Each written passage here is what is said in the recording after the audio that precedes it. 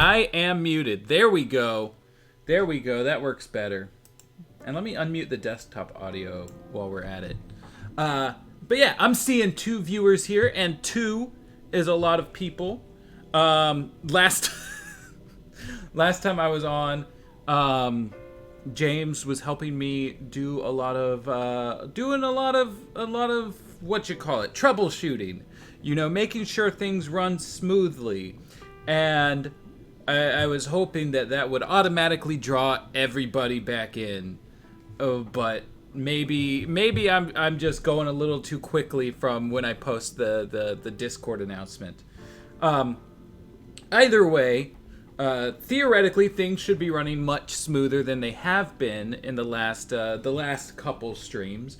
Not only did I get new internet, which sometimes likes to work better than the old internet, but James and I went through all of the menus for like 3-4 hours a couple days before Thanksgiving to kind of figure out how to make things run properly on my computer.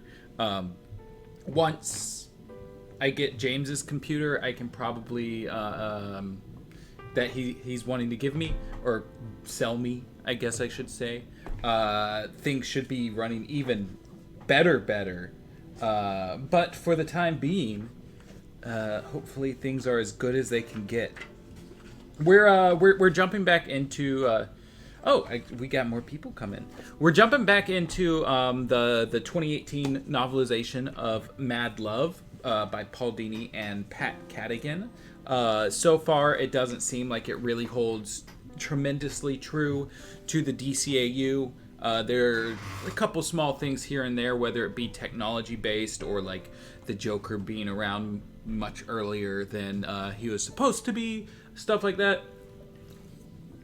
But it's been an excellent story so far. It's been a great expansion on what we see in the Mad Love comic and the TV episode. And we've run through Harley's childhood, through her time in college, and now we are in Arkham. Recently, she was doing an all women's support group kind of session in Arkham with Poison Ivy, Magpie, Baby Doll, and was it March Harriet? I think was the last one. It was one of the Wonderland Gang girls. And things kind of went awry from there.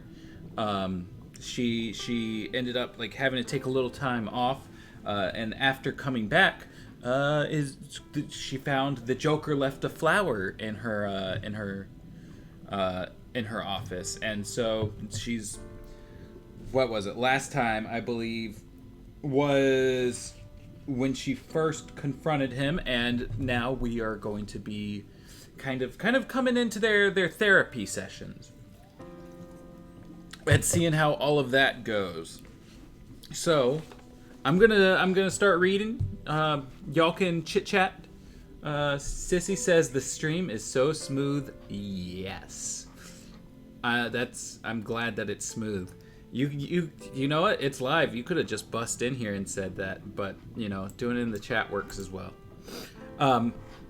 But yeah, I'm gonna go ahead, hop into chapter 13, and we'll take notes as we go. Usually, I do like to pause whenever there's like they've got like little diamonds as page breaks, which I've never understood because they're not necessarily when the page is over, but whatever. That's typically where I like to take notes. So if we don't get those, I'll take them at the end of the chapter. And if the chapter's too long, I'll take them whenever the fuck I want, because you can't tell me how to live my life. Conspiracy Buff says sup. Not much. Just hopping back into the book after taking the week off for Thanksgiving. Hope you're doing well. Glad you're back. Hoping to see a couple extra familiar faces jump in as we go. But we can start with what we got. So let's get into chapter 13. Before Harleen embarked on her program of concentrated therapy with the Joker, Dr. Leland insisted she read or reread everything about him. Not just his patient file, which was as thick as the latest edition of the DSM, but also his arrest reports, correspondence from various experts and authorities, and writing by the Joker himself, which Harleen was most interested in. There was quite a lot of it, ranging from lively and chaotic to cold and focused, to surprisingly astute, to disturbing things she was certain he'd written specifically to bait his doctors. Any writing he'd done at Arkham was in crayon, which didn't always photocopy well. One more reason why Harleen intended to get her hands on the originals. She had to feel the texture of the actual paper and see how much pressure he had applied with whatever crayons he'd used. All of that, she was sure, would be of great importance if she were to understand him well enough to help him, not to mention write a book about him. So already we're getting that she's looking to exploit this relationship. Harleen would gladly have talked anything over with Dr. Leland, but her boss was busier than usual, juggling her caseload with unannounced visits from board members. Harleen felt sorry for her. The board members had a knack for showing up at the most inconvenient times, often with experts in tow, expecting Dr. Leland to essentially make more hours in the day to meet with them. At the same time, however, Harleen's feelings towards Dr. Leland had cooled somewhat since she had come to Arkham. Part of it was simply the end of the honeymoon period.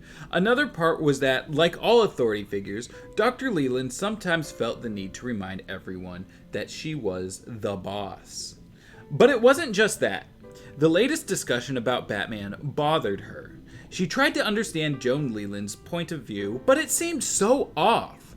Batman might have the approval of the police department, even the police commissioner was pro-Batman, but it didn't change the fact of law. Batman was a criminal who wasn't locked up because he only picked on other criminals. Let me scroll the page down for y'all. I haven't figured out how to do... I'm using a different browser than usual, and I haven't figured out how to do double page on their PDF loader. But once I do, there will be much less scrolling. So, good intentions made the difference. But that begged the question, how did anyone know Batman's intentions really were good? By that token, if the Joker promised he meant no harm to innocent bystanders, only other criminals, they should release him immediately. Okay, not really. Not yet, anyway. The Joker needed a lot of therapy before Dr. Leland would even consider moving him out of the sub basement. But if the Joker actually could be released, which Harleen privately thought might not be impossible with the right program of concentrated therapy, he would be sent to a halfway house in a city where the police department openly colluded with a criminal. But the criminal was Batman, and Batman was a good guy. Which raised another important question. How good was he really? The fancy car and all those fancy high-tech gadgets wouldn't come cheap, ergo Batman had to be a rich guy. And not just rich, but super rich, a billionaire at least. No one had ever become a billionaire by being a great humanitarian. I love the class consciousness here, because that's pretty much it, dude. You only get billions of dollars by exploiting the people who work under you, right? And making sure that there are at least a section of them that live in squalor. And billionaires shouldn't exist. I'm with Bernie on that one. Perhaps Batman was a group effort. A bunch of super rich guys who shared the costs. But why would super rich guys do that? For tax breaks? Money laundering? Or just to have their own private cop? Or maybe Batman was blackmailing them into paying for everything. Was that the kind of thing a good guy did? She was getting sidetracked. Harleen pulled her attention back to the report she was supposed to be writing about one of her other patients. Dr. Leland had sent her a memo reminding her not to neglect them, which Harleen found especially irritating. She had already promised she wouldn't. If Dr. Leland didn't know she was a conscientious therapist by now, she never would, even with patients like Phil the Fish Frobisher. Okay, I gotta stop with that, because I'm very curious. Like, is Phil the Fish Frobisher or whatever, is that an actual character? I'm using Microsoft Edge, so it's gonna give me Bing results. There's a Phil Frobisher spelt differently on Twitter.com. Does this guy have any relation to Paul Dini and Pat Cadigan?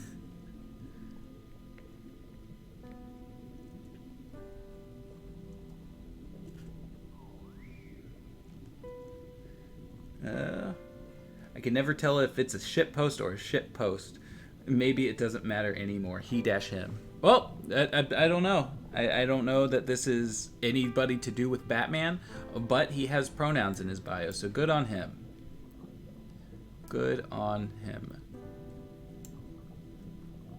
All right, back to the book at hand. Phil the Fish had been an arsonist for hire. Anyone who wanted to burn down a property for the insurance contacted the Fish, and their problems went up in smoke. He charged half the going rate and was so skilled, investigators seldom found any definitive signs of arson. Excuse me. No burn patterns that indicated the use of accelerants or improvised explosive triggers. The man had a good streak, but his luck finally ran out. He was caught in the act of inducing an electrical fire with his laptop by an IT expert consulting for Gotham PD. There were whispers that the expert had actually been a hacker hired by Phil's competition in cooperation with a group of insurance companies desperate to stop Phil before they all went broke. Only in Gotham, Harleen thought.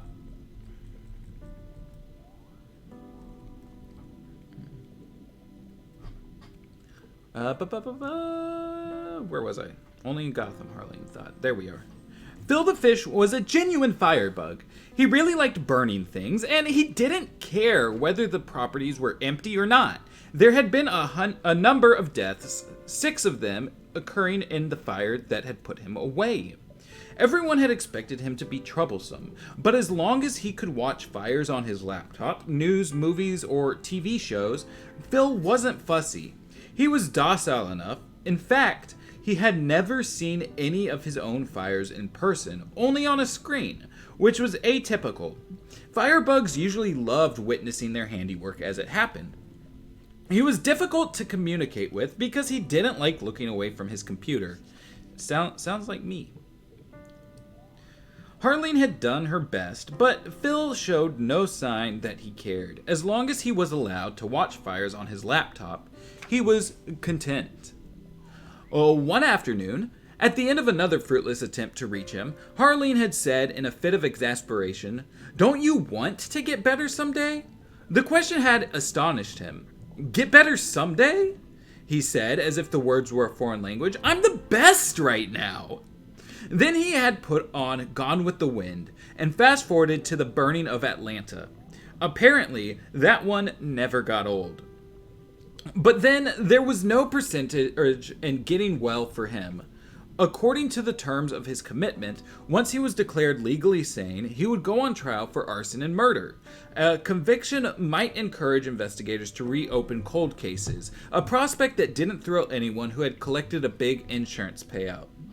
It occurred to Harleen that if she took a look at Arkham Asylum's finances, in particular the record of donations received since Phil the Fish's commitment, she could probably figure out which commercial property owners in Gotham City had a vested interest in Phil's remaining mentally ill for the rest of his life. But if she did, would Dr. Leland congratulate her on her crime fighting, or would the loss of desperately needed funds give Dr. Leland a good reason to fire her?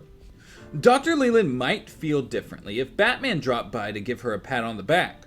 Kudos on your excellent detective work, Dr. Quinzel, Batman might say. Her boss would swoon. Scroll again. Abruptly, Harleen felt ashamed of her thoughts. She was a doctor, not a cop. She was supposed to treat her patients, not investigate them. What if she talked to a detective at GCPD? Oh, sure, that was a great idea.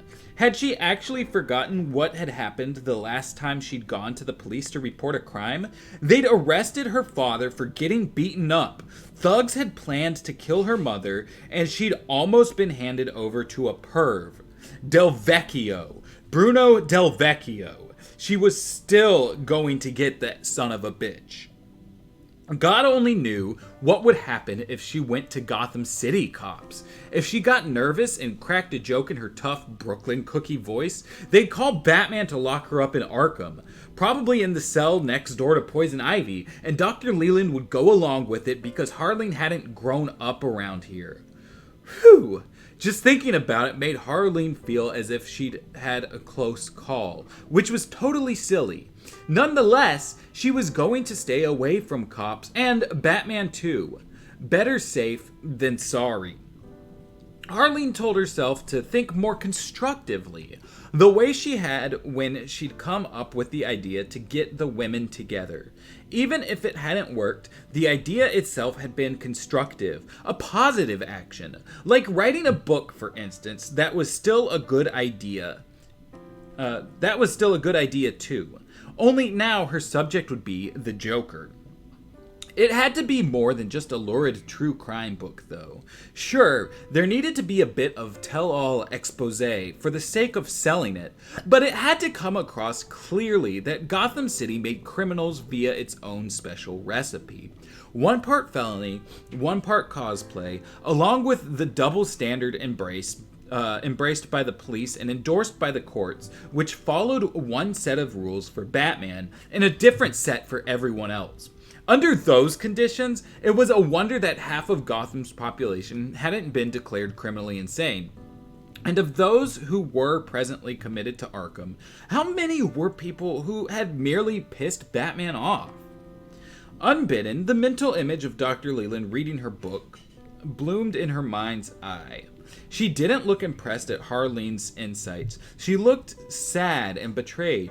I shouldn't have trusted you. After all, you're not from around here. Maybe she could paint her boss as the unwitting victim of a corrupt system, someone trying to do good while fighting against a rising tide of chaos and corruption. Scrolled a little too far. No, Dr. Leland probably wouldn't think much of that either. Clueless pawn wasn't a compliment, and it didn't describe the Joan Leland she knew. Neither did conniving, calculating opportunist who didn't care where the money came from just as long as it came. Damn it! She had become a psychiatrist to figure out why people were the way they were, and sometimes she felt like she knew less now than when she'd started out.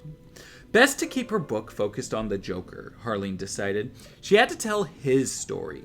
How he'd been shaped and then bent and twisted by Gotham City's unique, warped social order. Although, now that she was thinking of it, was there any social order that wasn't warped in some way? Brooklyn was no utopia. The cops there had arrested her daddy for being the victim of an assault without any help from Batman. Harleen's gaze fell on the unfinished report. Damn, her mind was all over the place. She had to concentrate on her regular patient reports first. Then she could concentrate on the Joker. That's chapter 13. Y'all got any fun comments?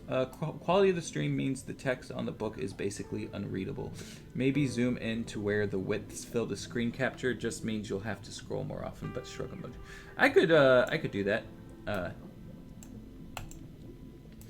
Well, I didn't ask Google, Stuart. I asked Bing.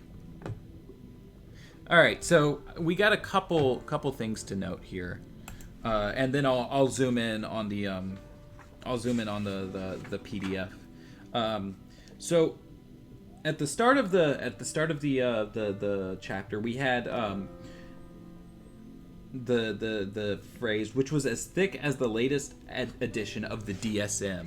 I don't know what the DSM is, but it's in all caps, obviously, because it's, you know, what, an acronym? Is that the word? But I would like to know what it is, so I know whether or not we need to mention it. Diagnostic and Statistical Manual of Mental Disorders. Okay, yeah, so I'll put that. So we've got, for those of you who haven't been here with us before, this is how we take notes for timeline stuff, for Will It Canon episodes, all that kind of fun stuff.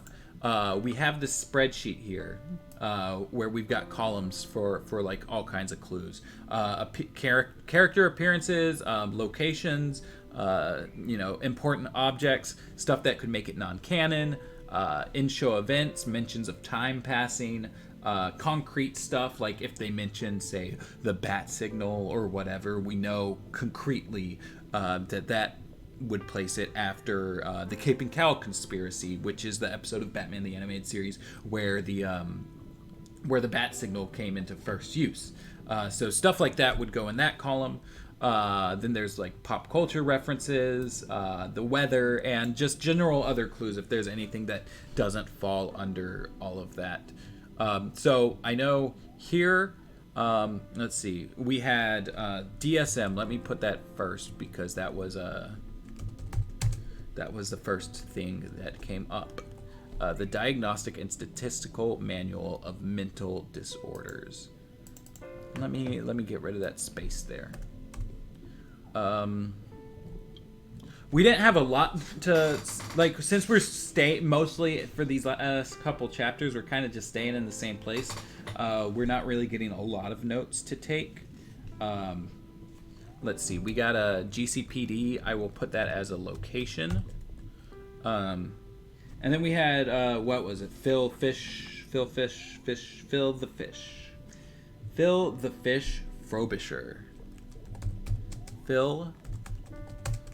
Fish Frobisher. And that was an accidental capitalization. Typically whenever we do stuff like this, like if it's like you know, different episodes of a series or different issues of a comic book, we will like put the character every time they appear. But since this is, you know, just a book with multiple chapters, I'm only putting the one appearance of each character.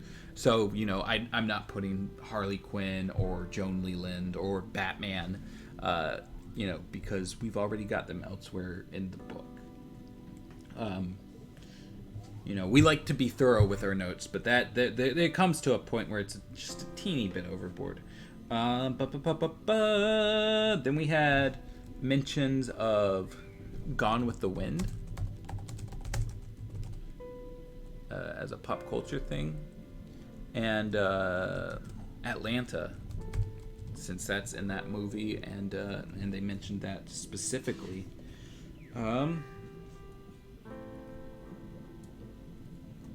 I think that was the extent of what came up in this chapter. As far as that kind of stuff goes, there's a lot of interesting commentary, political commentary going on in this book so far, and I'm loving it because, you know, it's geared more towards adults than the normal stuff that we read here, which was, you know, the normal stuff is just going to be like tie-in books to the TV shows, but this has some substance to it, and we're coming to this off the heels of what Rise of Sinzu was one of the last ones we did that was, you know, of this caliber, and basically the commentary in that book was, if you were in prison, then you belonged there, and you are a violent criminal, and you know, everybody in prison is bad and does bad things, and if you let them all out, they will destroy the city. Whereas this is talking a lot about, like the police corruption, and kind of coming at it as a systemic problem, right? Like she just tied together how, the cops are looking the other way for Batman, who nobody knows, like, who he is, and like could be doing bad stuff. Like, we know as an audience that Batman's the good guy because that's the way stories where Batman is the main character are written. But when you're coming at it from the perspective of somebody who's like doesn't know Batman like personally, it's kind of like this isn't okay. And so she was just able to connect that to how back in Brooklyn, the cops mistreated her own father, when he was the victim of a crime, just because he had been in the criminal system before. So there's a lot of interesting stuff going on here. I'm gonna check the chat real quick, see what y'all are talking about, and then we'll hop into chapter 14. Oh, Rob is here. Howdy, Rob. And spiders, corgs, scorg. I'm trying to figure out spider scorg streams. It's Cody. Well, hey, Cody. How are you doing today? Hope you're doing excellently. That's easier to say than spider scorgy. I don't know specifically how to pronounce the username. But yeah, let's go ahead. Let's hop into chapter 14, and see how we follow that up. I assume that we're about to have more interaction specifically with the Joker, just based on where that last chapter left off. Let me fit this to the width really quick, like James was saying. Boom, boom. Hopefully that's more readable for you all. But even if it's not, I'm reading it aloud, so you this is just if you want to follow along. And yeah, we are starting off with Joker interactions. "I've studied up on you," Harleen told the Joker. "Have you indeed?" The Joker was lying on the bed in his cell in a way that made him look like he was lying on a psychiatrist's couch. Deliberately, of course. The man did nothing without reason or point. "I would expect nothing less from my psychiatrist." Harleen felt her heart thump as she made a note on her tablet with her stylus. My psychiatrist. Somehow he had imbued those two words with a possessive quality. It put her on her guard, but it also gave her a warm feeling. Inappropriate. She had to be above such reactions. She wasn't socializing with this man, and it was too soon for counter-transference. Wasn't it?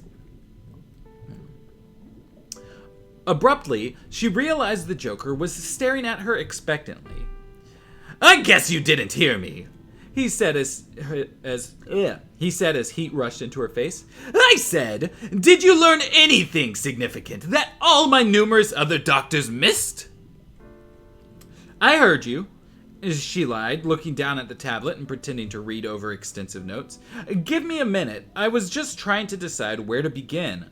While I'm thinking, let me ask you a question. Are you going to tell me anything you haven't told all your numerous other doctors?" The Joker smiled, but despite his chalk-white clown face, the expression was oddly serious. She had never seen that look before. "Give me a minute," he said. "I'm trying to decide where to begin."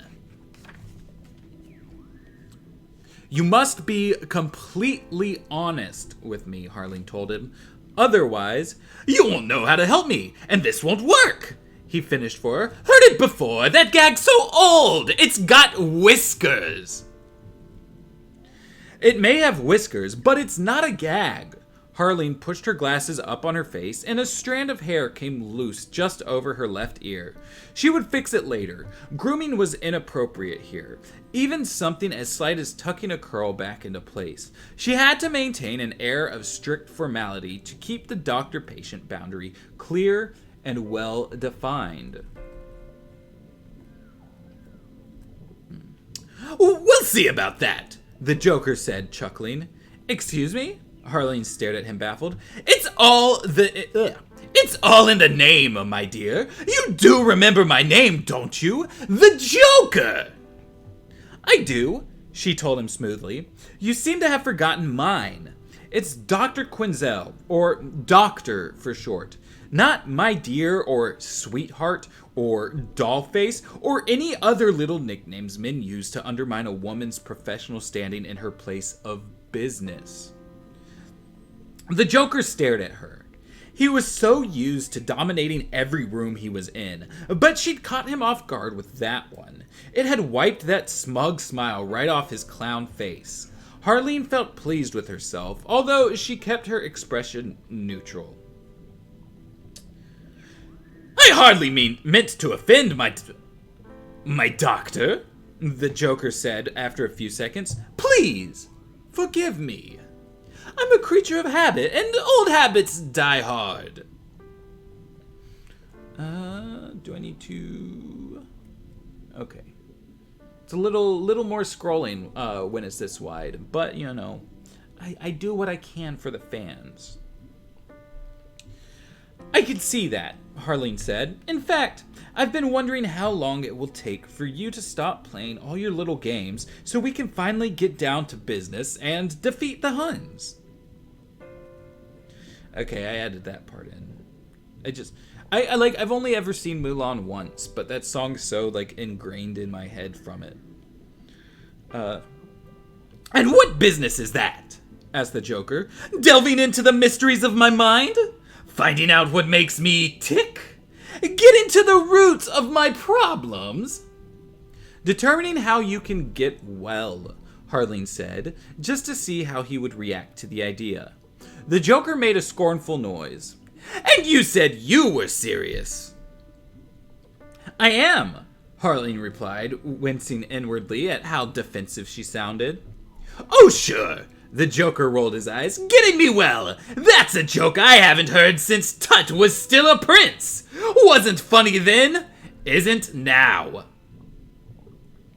"I'm not like other doctors," Harleen told him. "Your previous doctors may have decided you couldn't be helped, but I don't give up so easily."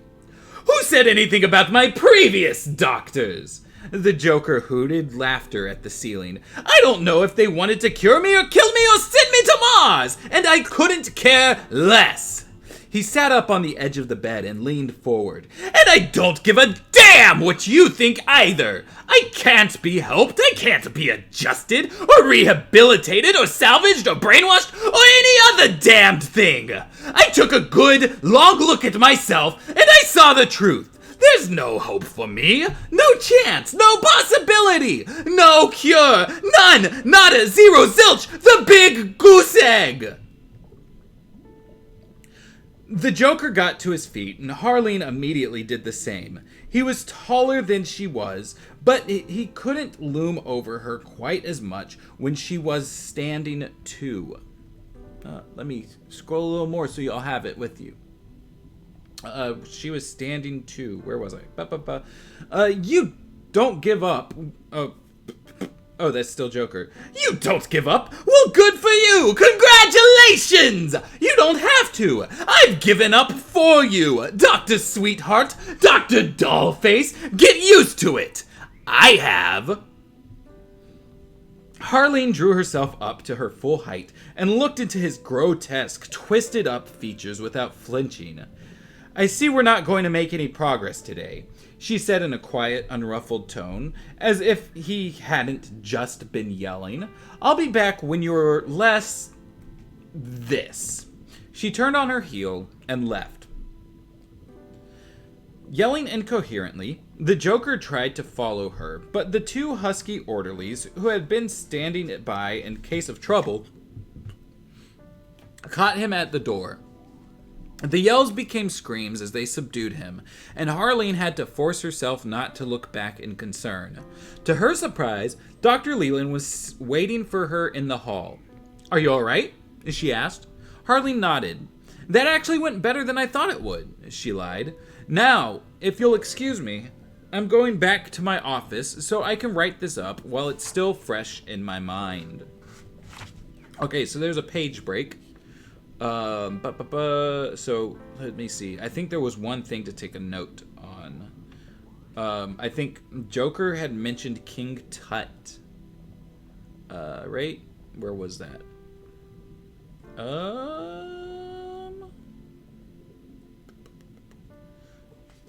Getting me well. That's a joke I haven't heard since Tut was still a prince. Okay, so yeah. Just wanted to make sure that it wasn't another Egyptian pharaoh, and I was mistaking him with someone I was more familiar with. Let me scroll that down. See what y'all got going on.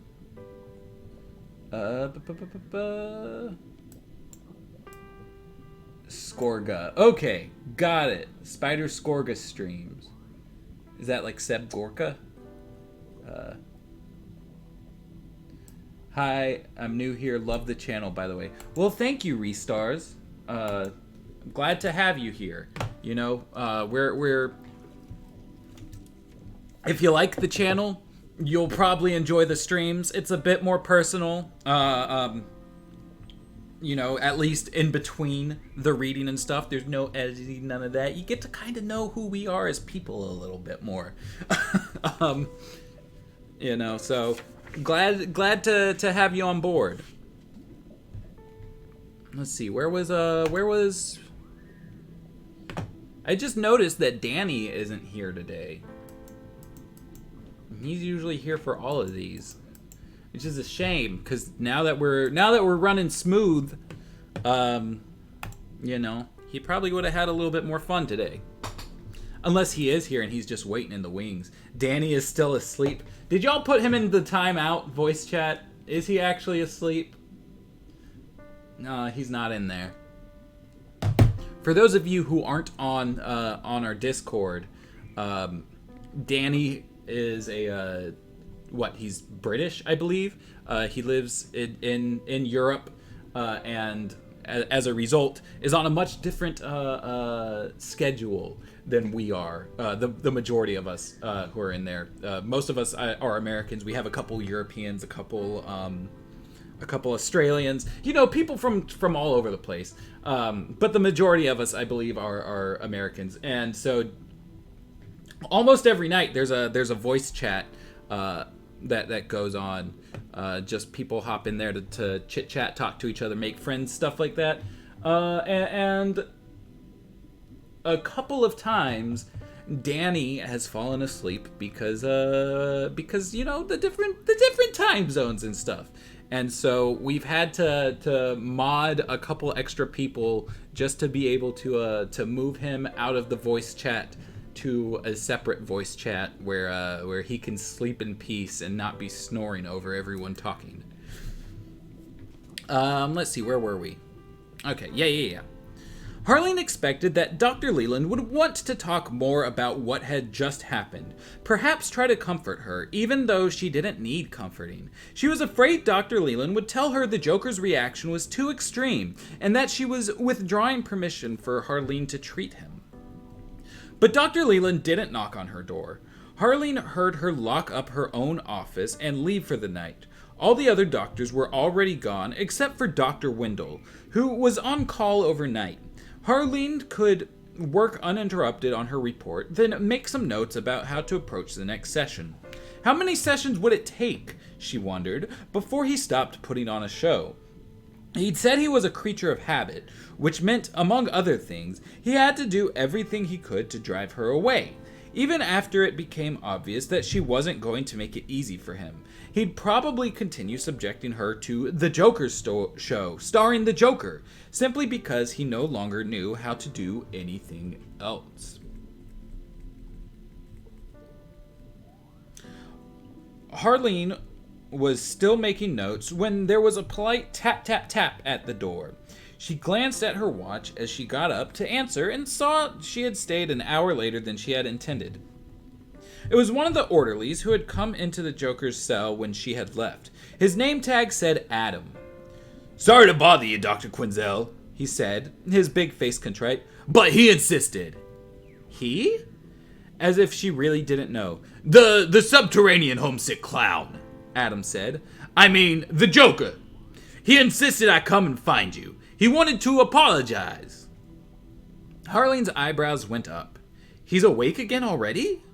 "He's developed a high tolerance to sedatives," the orderly said. It was on the tip of her tongue to ask how the Joker could have known she was still here. She decided not to.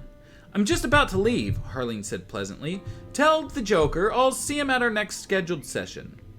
Adam grinned at her with approval. "Will do, Doc. You have a nice night." That would teach him, Harleen thought, as she closed the door. Okay, so we got Adam is a character we gotta add in, and then we got mention of Dr. Wendell. There are a couple doctors that aren't in the animated series that have been brought up. I don't remember if Dr. Wendell was one of them. Let me just do a Control F.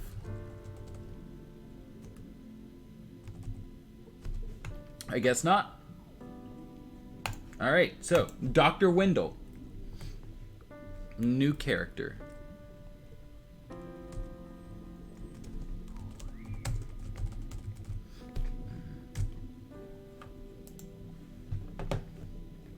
That was a quick little page break again. Oh, and there's an even quicker one. Burns yellow bat suit. That's more of a James thing than a me thing. There's so many animation errors throughout the DCAU. I don't know. I don't know how to hone in on one and then have that one have made such an impact for the channel as it did. That was a stroke of brilliance. Either that or just YouTube's algorithm being fucky. But I want to give James the credit there. I want to say that he had a good idea and executed it well enough that it got us to where we are today. She woke at 4 a.m. from a nightmare of finding the Joker had hanged himself in his cell with a rope made from his clothing. 2 orderlies, both of them Adam, cut him down. Dr. Leland stood beside Harleen, wringing her hands like a damsel in distress. "When this gets out, the patients will riot. They'll burn Arkham to the ground." She turned to Harleen. "I have to tell Batman how the Joker wanted to apologize, but you went home instead. He'll be so mad, so mad." Harleen took a sip of water from the glass on her nightstand and laid down to go back to sleep. But as soon as she did, she was back in the Joker's cell, standing over his body with Dr. Leland, moaning about Batman. She forced herself awake and padded into the kitchen to put on the coffee. Today was going to be a hell of a long one.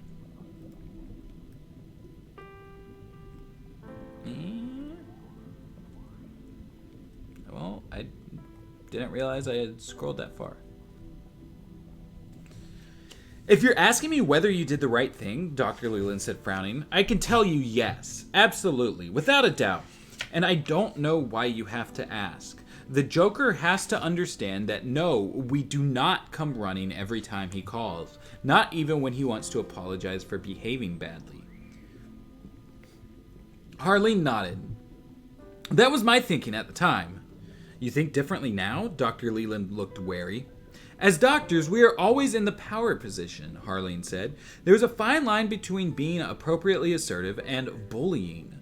Dr. Leland laughed a little. "I heard the whole thing from the hall. Someone did get bullied, but, spoiler, it was you." "Not really," Harleen said. "I didn't let him bully me." "You're splitting hairs," Dr. Leland said. "But okay, have it your way. The Joker tried to bully you. We can't allow that either. Still, He knew he'd done wrong and wanted to apologize. Harleen sighed. But I made him wait, and not just a few hours. I left him hanging all night. She winced. Something wrong? Dr. Leland looked concerned. No, just a poor choice of words, Harleen said. I was so annoyed I wasn't thinking of what was best for my patient. I only wanted to teach him a lesson. Which happened to be the right thing anyway, said Dr. Leland. Sometimes we do the right thing even when our motives are less than pure. We're only human. But we have to rise above selfish considerations, Harleen said. You can rise above next time, Dr. Leland said, chuckling a little. Leaving something unresolved overnight is one of the worst things you can do, Harleen said. My parents never went to bed mad, even during the times when my father was away. They never let anything fester between them, and never, ever overnight. Dr. Leland grimaced. You aren't your mother, the Joker's not your father, and the doctor-patient relationship is in no way a marriage.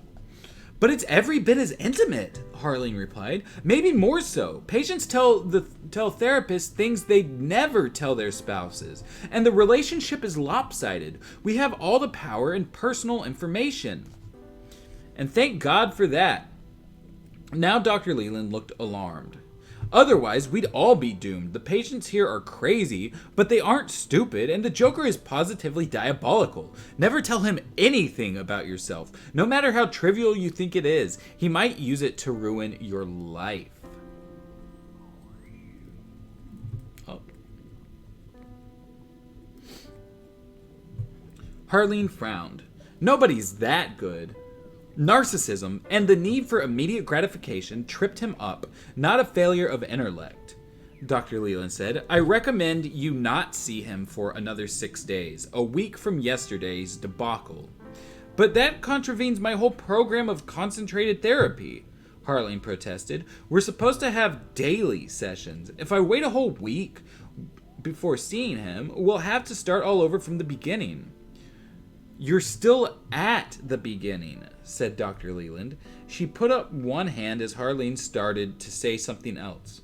Never mind, I gave you the go-ahead, and interfering before you've even started isn't fair. That said, I wish you'd give it at least 2 or 3 days before your next session. The point is that action, response, and reaction must be dealt with in the moment, as things happen, Harleen said. That's why I shouldn't have let him stew overnight. But it's done now. I want to proceed with the program as outlined.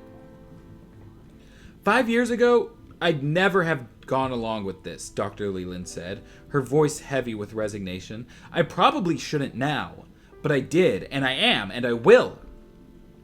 Just don't see him until the end of the workday.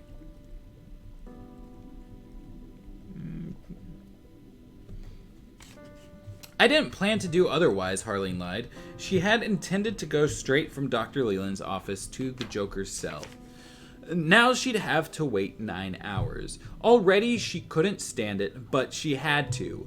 And she couldn't stand that either. She hadn't thought quickly enough to say she should see the Joker early in the day while she was fresh. She'd have to rise above that next time too, she supposed. I did promise I'd see the Joker on my own time, after all, she added as she stood up. I've got 3 patients to see before lunch, and I don't want to run late all day. So, if you don't mind... Dr. Leland made a shooting motion at her. Go, go, once more into the breach. Walk tall, heel, you know the drill. I know the drill, Harleen said and left, stopping at her office to get her tablet and block the door. She considered going down to the Joker's cell anyway, but Dr. Leland would find out and hassle her about it. She sighed. No day was ever so hard that it couldn't get harder. Harleen made short, efficient work of her morning sessions. Not that she shortened them, exactly, but she had to face reality. Jake Maxwell, the paranoid schizophrenic, was decompensating again. The meds weren't working, and he was sure the government was conspiring with aliens to replace all non-human life on the planet, including fish, with robots. When Harleen asked why only non-humans, Maxwell had said, because it's cheaper, no uniforms to buy. It was probably the most sense Maxwell would make for a while. Maxwell wasn't usually violent, but he had a way of inciting violence in others. One of the consulting psychiatrists had suggested Maxwell be tested for pheromones, but nothing in his file indicated any follow-up. Harleen made a note to write up an isolation order for him in advance. By the time isolation became necessary, Maxwell wouldn't know where he was. Her mass murderer, Gordy Sauvé, claimed to hear voices, just like Jane of Arc. Most people think it's Joan, but they're wrong. They had told him how to get hold of an automatic weapon, and the Archangel Clancy, he spelled it for me, had ordered him to take it into a crowded shopping mall. To Harleen, he was one more sad case of mediocrity, and she was stuck listening to him tell her about the voices, which sounded like Twitter for unimaginative psycho killers. Oh, there we go. Twitter's around in the 90s. Either that or this isn't canon to the DCAU. You tell me. Harleen broke for lunch after a session with the charitable serial killer. Stanley Stockwell preferred to be called a serpent of mercy. He had volunteered at care facilities for the elderly where he had gently dispatched those diagnosed with dementia. He might have gotten away with this indefinitely if he hadn't decided to expand his victim pool to include any older person who had moments of confusion or forgetfulness. A disorganized resident at one of the care homes who had almost drunk a cup of poisoned coffee had been his undoing. Stanley's total lack of remorse had sent him to Arkham. In a just universe, Harleen thought, the man would develop Alzheimer's himself. So far, however, he was just that is a word. He was stultifyingly bland. Do you guys know what stultifyingly means? Because I've never seen that before, so I am curious. Stultify. Oh, let me get rid of that DSM. I thought I did. Stultifying. Definition. Cause to lose enthusiasm and initiative, especially as a result of a tedious or restrictive routine. Interesting. So it just sounds like he was blandly bland. They just kind of wanted to hammer it home how bland he is. It made Harleen want to slap him. When she had gone into psychiatry, she had no idea just how many psychotics were just plain boring. Hannah Arendt sure had been right about the banality of evil. I'm going to assume that that's a person who wrote a paper. Harleen ate lunch alone in her office so she could think about her evening session with the Joker. He was so unpredictable. She never really knew what was going to happen or what he'd do. It could be scary, but it was also challenging, not to mention exciting. Unlike her afternoon appointments, who were as predictable as wind-up toys, her other serial killer, Durwood LeBlanc, became so rude and confrontational that she had to have the orderlies take him to a quiet room. No surprise, he'd been building up to it. Durwood always said the same old thing, same old profanities, same old insults, same old accusations and threats. She might as well have been a wind-up toy, Harleen thought, for all the difference she made to him. Her last two patients barely kept her awake, even with extra cups of strong coffee. Well, yes, she had gotten up obscenely early, but Harleen had dealt with sleep deprivation as an intern, and she knew the difference between physical fatigue and excruciating boredom. Boredom was tougher, but she did her job, listened to them tell her things they had told her numberless times before, made the right I'm listening noises, and got away from them as fast as she could without breaking into a run. Since it was one of those days when all the doctors were in, Dr. Leland had called a staff meeting for that afternoon. It wasn't quite as boring as her patients, but it seemed to last forever, and she could barely hide her impatience. As always, she took notes, if for no other reason than to keep her mind from wandering too much. But when she got back to her office afterward, she discovered all her notes had been about the Joker. Get to real cause of anger, more than frustration with confinement. How much more? Origin of persona, card games, parent with gambling problem, or sideshow freak fixation? And what is his real name? That was the truly astonishing thing about him. Of every wild and crazy larger-than-life multicolor criminal that had ever made a splash in Gotham City, only the Joker had managed to conceal his identity completely, including his given name. It was as if he had just sprung up out of nowhere, coming into existence simply because he'd felt like it. No one had ever known him as anything but the Joker.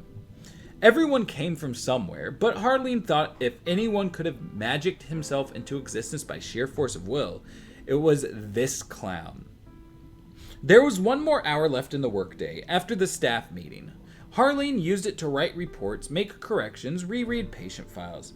And then she finally gave up and reorganized her Joker materials in the special ring binder devoted exclusively to her most challenging patient. There wasn't much in it yet besides photocopies of newspaper articles and her private preliminary notes.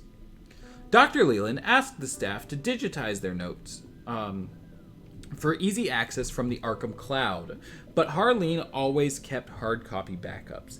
Any cloud could be hacked, and if a hacker altered or erased data, the original was gone for good, unless it existed as something other than bits or bytes.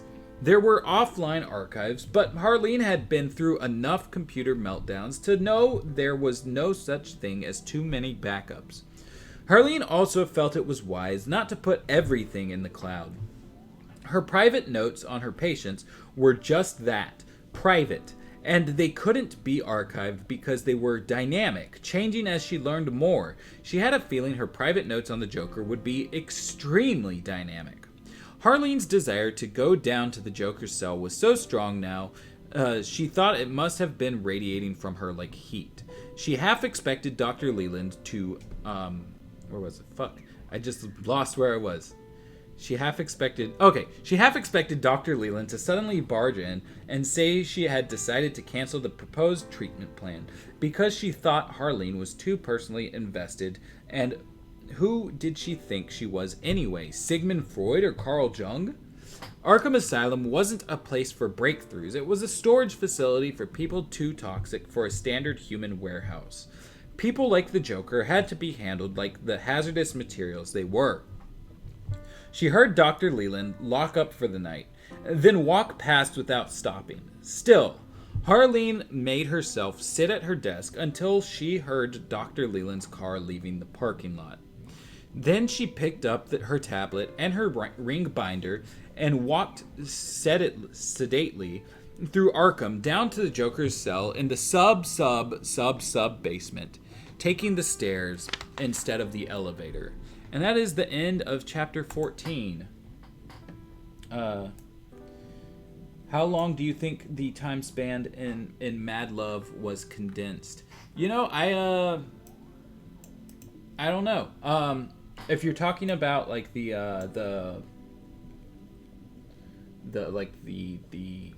comic, the flashback section of it with the comic and the TV episode, I'm pretty sure I remember there having been like a 3-month span during the flashback. It says chat pause due to scroll, but I'm at the bottom of the chat. But okay, so we're at the end of chapter 14. And there's a decent amount of things to put. There was a lot of new characters that we got. But in the non-canon thing, Twitter, cloud servers, and tablets exist despite BTAS being set in the 90s. Alright, so there we go with that. And then we had all the characters that that she had to go see.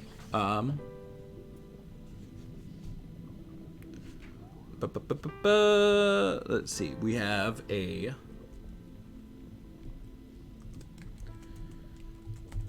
Jake Maxwell.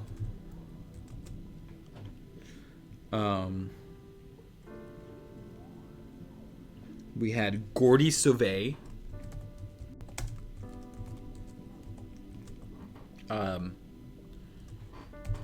Jane/Joan of Arc. Archangel Clancy.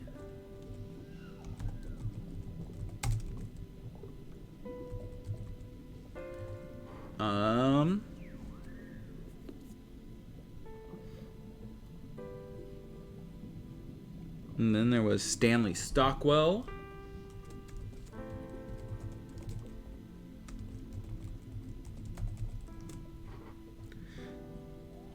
There's just a lot of names. It's weird to me that that like as far as the inmates go, every female inmate so far has been an established character, whereas other than Killer Croc and the Joker, every male inmate's just been like, here's a name. Like I don't know why they did it that way, but they did. Sigmund Freud, Carl Jung, and then what was the where was the banality of evil or whatever that was? Hannah Arendt.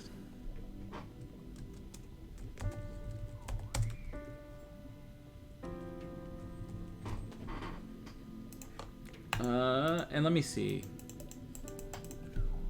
Let me look into that. Arendt. Banality of evil.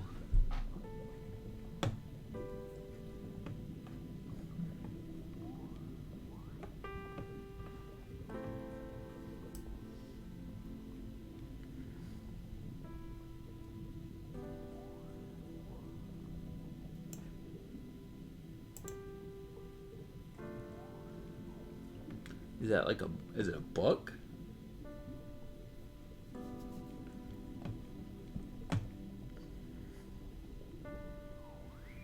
On the normalization of human wickedness and our only effective antidote to it.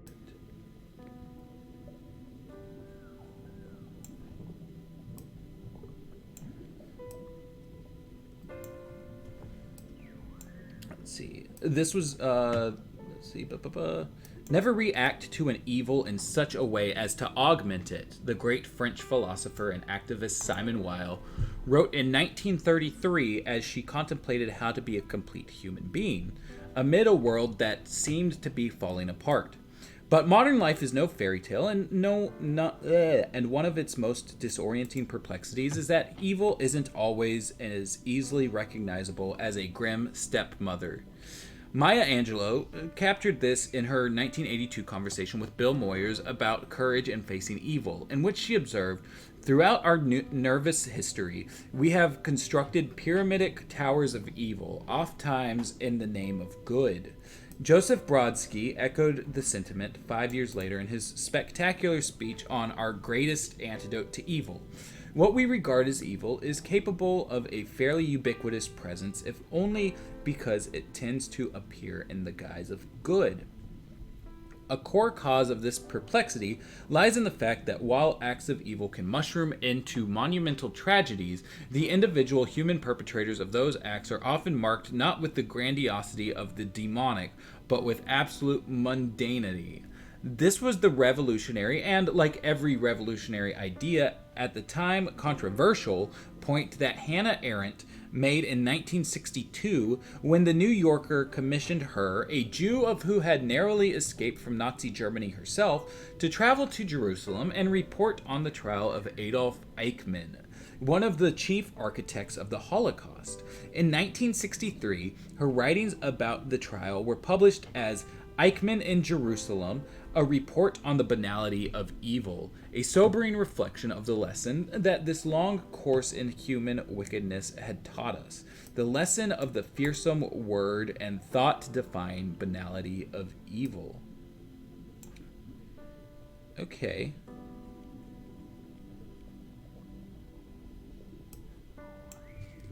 I'm actually kind of curious as to keep reading a little bit of this. A decade after Arendt established herself as a formidable thinker with her incisive inquiry into how totalitarian tyrants take hold of people, she writes, "The essence of totalitarian government, and perhaps the nature of every bureaucracy, is to make functionaries and mere cogs in the administrative machinery out of men, and thus to dehumanize them. It is through this lens of bureaucracy, which she calls the rule of nobody, as a weapon of totalitarianism that Arendt arrives at her notion of the banality of evil, a banality reflected in Eichmann himself, who embodied the dilemma between the unspeakable horror of the deeds and the undeniable ludicrousness of the man who perpetrated them. In a passage that applies to Donald Trump with astonishing accuracy, except the part about lying, of course, that aspect Arendt addresses with equal prescience elsewhere, she describes Eichmann.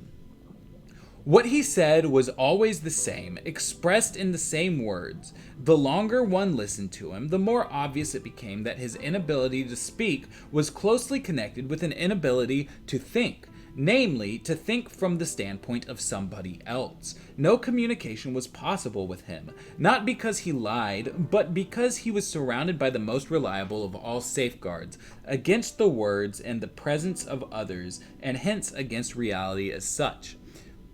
The Nazis, Arendt argues, furnished this deliberate disconnect from reality with what she calls holes of oblivion. Today we call them alternative facts.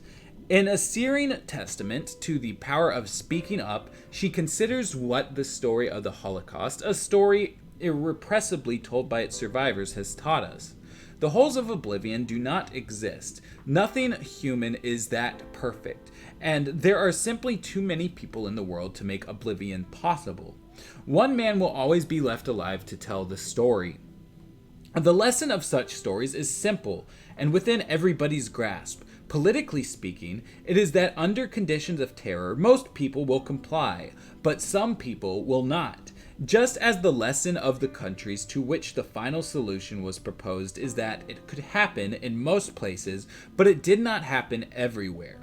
Humanly speaking, no more is required, and no more can reasonably be asked for this planet to remain a place fit for human habitation. This, some interesting stuff. I kind of want to read the original itself, but it looks like I'd have to pay it or check it out from a library.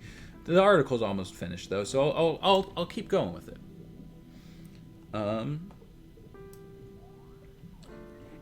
Arendt took great care to differentiate between the banal and the commonplace, but some reviewers, as those pre-bent on a reflexive rebuttal are always apt to do, accuse her of suggesting that the atrocity of the Holocaust had been commonplace, which of course was the very opposite of her point.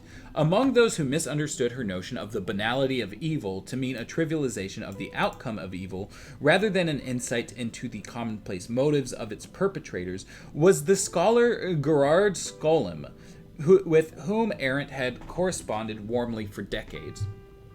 At the end of a 6-page letter to Skolem from early December of 1964, she crystallizes her point and dispels all grounds for confusion with the elegant precision of her rhetoric. You are quite right. I changed my mind and do no longer speak of radical evil. It is indeed my opinion now that evil is never radical, that it is only extreme, and that it possesses neither depth nor any demonic dimension. It can overgrow and lay waste the whole world precisely because it spreads like a fungus on the surface. It is thought-defying, as I said, because thought tries to reach some depth to go to the roots, and the moment it concerns itself with evil, it is frustrated because there is nothing. That is its banality. Only the good has depth that can be radical. Eichmann in Jerusalem remains unfortunately an increasingly relevant masterwork as we face a world seized by banal tyrants capable of perpetrating enormous evil with their small hands. But perhaps John Steinbeck put it best in his superb letter written months before Arendt arrived in New York as a refugee from Nazi Germany. All the goodness and the heroisms will rise up again, then be cut down again and rise up. It isn't that the evil thing wins, it never will, but that it doesn't die. Compliment it with Dostoevsky on Why There Are No Bad People, and Mary McCarthy, Arendt's longtime friend and correspondent, on how we decide whether evil is forgivable. Then revisit Arendt on lying in politics, the meaning of refugee, how tyrants use isolation as a weapon of oppression, and the crucial differences between truth and meaning. I kind of want to read more that this woman had to say, and what she just her experience more about her. It's an interesting way to frame things. Let me put it in the pop culture thing. That way we got that marked at least. So it seems that essentially what she's arguing, and I could be misinterpreting this right now, is that essentially like people see, just huge evil forces like Hitler or whoever you would think, and kind of think of it, the evil in like a supernatural sense, as like a larger than life situation. And what she's trying to say is no, that like evil itself is commonplace because it's devoid of actually thinking about situations, and it's kind of just a gut reaction, rather than actually trying to figure out what's good for people. And as a result of that, it'll continue to perpetrate itself, regardless of how long it's cut down. I could be mischaracterizing the Cliff Notes version, but that's kind of what I was getting. But all right. So we are done with chapters 13 and 14. I will be back next week for chapter 15, and probably 16 as well. I think I could probably shove those both in together. Hopefully, since the stream was running much smoother today, I'll be able to do more streams. Not necessarily just the book club stuff, but I've been wanting to do like building a timeline map of sorts, and I feel like that would be a fun thing to do on stream. So if I can, if things maintain staying smooth like this over the next week or two, I'll look into trying to start doing some of those over the weekends. Of course, as always, new video on Sunday. James has been cooking up something phantasmic, And then, if the Sunday video isn't enough content for you, we have streams every Tuesday, Wednesday, Thursday. James on Tuesdays reading Justice League Adventures. Ted on Wednesdays, usually playing 8-bit or 16-bit DCAU games. And then, of course, Thursdays, because it's Thursday, I'm here with, the books. We'll be continuing Mad Love until we're done with it. We're almost at the halfway point. I think next week we'll mark halfway. And then that's the thing. You can follow us on social media at DCAU Watchtower on both Instagram and Twitter. Watchtower Database on Facebook, and we have a Discord, which if you're not in it, then you could probably find that link on our social media accounts. I don't have the link on me right now, and we'll be here. You better be here, Rob, or else you're not getting any meatballs for Christmas. But with that, I'm gonna go ahead. I'm gonna hop off. Maybe play some Borderlands or something. We've been playing Borderlands 2, my fiance and I, and we just finished the main story. But now there's all the end game quests and stuff that we got to do. Probably won't be here because I have better things to do. You ain't got shit to do, Robert. You ain't got nothing to do. But yeah, so I'm gonna go hang out with Sissy, and I will see you all next week. Mwah. Take care. Love y'all. Bye.